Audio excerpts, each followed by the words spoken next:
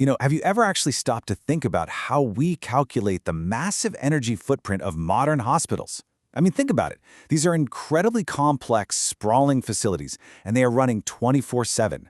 They're packed with life-saving technology, strictly climate-controlled environments, and just massive logistical operations. It requires a literally colossal amount of energy to keep a hospital running safely. But how do we accurately measure all that power in a way that is standardized, comparable, and transparent across the entire industry? Well, welcome to the Explainer. Today, we're doing a bit of decoding. Our goal is to break down the industry standards and give you a clear step-by-step blueprint for exactly how healthcare entities should be reporting their energy data. We're going to look at the specific rules and frameworks that take this incredibly complex web of power bills, fuel gauges, and on-site generators and transform it all into a clean, standardized set of metrics that investors and stakeholders can actually make sense of. Right, so before we get bogged down in the mathematical formulas, we really need to understand what's at stake here. The healthcare delivery industry operates some highly energy-intensive facilities. To provide continuous, unbroken care, they rely on massive amounts of both purchased electricity and direct fuel.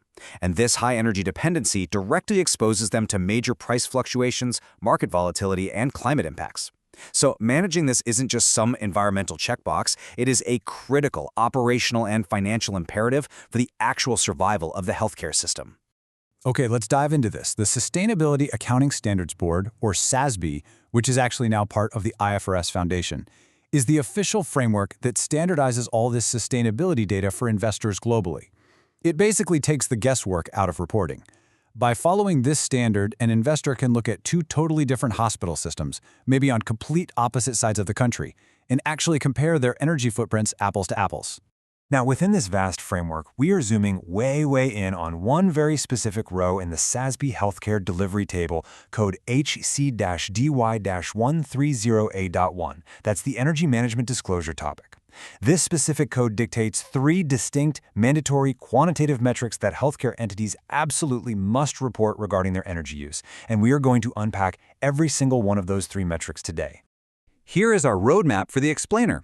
We just covered the stakes and the SASB framework, so next we'll hit metric 1, total energy, followed by metric 2, grid electricity, and metric 3, renewable energy. Finally, we'll wrap up with tracking for future resilience. Let's get right into the first metric. Metric 1, total energy. This is all about calculating your aggregate energy consumption in gigajoules. The rule here is that an entity has to calculate its aggregate energy consumption, and here's the kicker, it all needs to be converted and reported in one single standardized unit, gigajoules, or GJ. You cannot report your electricity in kilowatt hours and your heating fuel in gallons. Nope, everything gets mathematically translated into gigajoules to give us one master number. But what actually goes into that master number? Well, the scope is completely comprehensive. It includes energy from all sources that the entity directly consumes during the reporting period. So that means external purchased energy, like the power you buy from the utility company, but also self-generated energy, like the power you produce on site. It includes direct fuel usage, purchased electricity, and all the energy used for heating, cooling, and steam. Simply put, if the entity consumes it, it goes into the total. So the crucial point is how you calculate the energy derived from fuels and biofuels.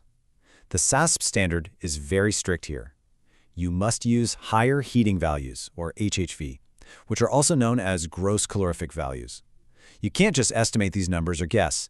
They must be measured directly or taken straight from the Intergovernmental Panel on Climate Change, the IPCC. This ensures that the true maximum energy content of the fuel is accurately captured in your calculations. And building on that, the standard demands absolute consistency. You have to use one consistent conversion factor across all your data when converting to gigajoules.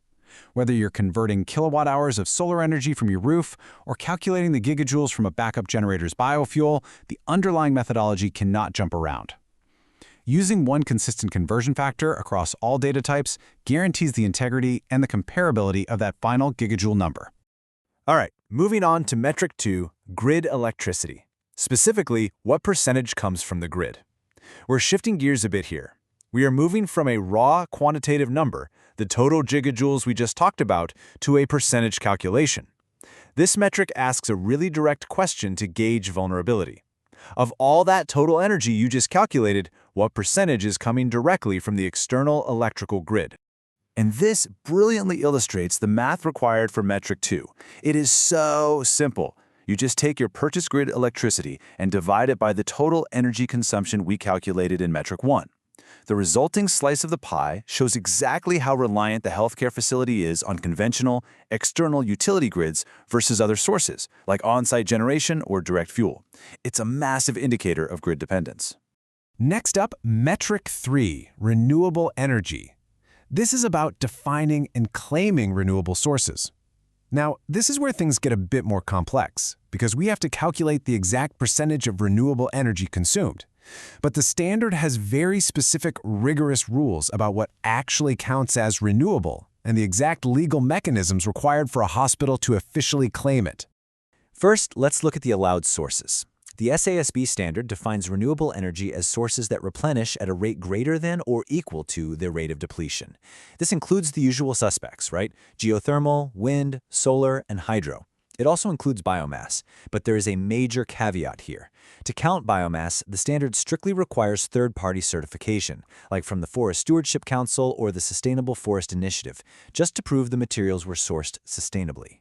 Let's move to and see how this builds into actually claiming that energy. Because you can't just buy green power and call it a day, there's a mandatory chain of custody. Step 1, you generate the renewable energy on-site or purchase it through a specific agreement. Step 2, you must explicitly retain the Renewable Energy Certificate, the REC, or the Guarantee of Origin. Step 3, that certificate must be retired or canceled on the entity's behalf. If you sell that certificate on the open market, you completely forfeit the right to claim that renewable energy in your metrics. To make this crystal clear, let's contrast what's allowed versus what's excluded. Allowed, energy where you explicitly retain and retire the RECs or guarantees of origin, as well as specific Green E certified utility products. Excluded, however, is the ambient green energy floating around in your local municipal grid. You absolutely cannot claim the renewable portion of the electricity grid mix that is outside of your control. Even if your local utility happens to use 20% wind power, you don't get to claim that in your metric. You only get credit for what you explicitly source and control. Finally, tracking for future resilience, going beyond compliance to actual cost reduction. Let's step back from all these specific nitty-gritty calculations and talk about the big picture. Why does the SASB framework put healthcare entities through these rigorous mathematical paces? Zooming back out, tracking these three metrics, total energy, grid percentage, and renewable percentage, is fundamentally about taking control of the hospital's operational security and driving down long-term costs.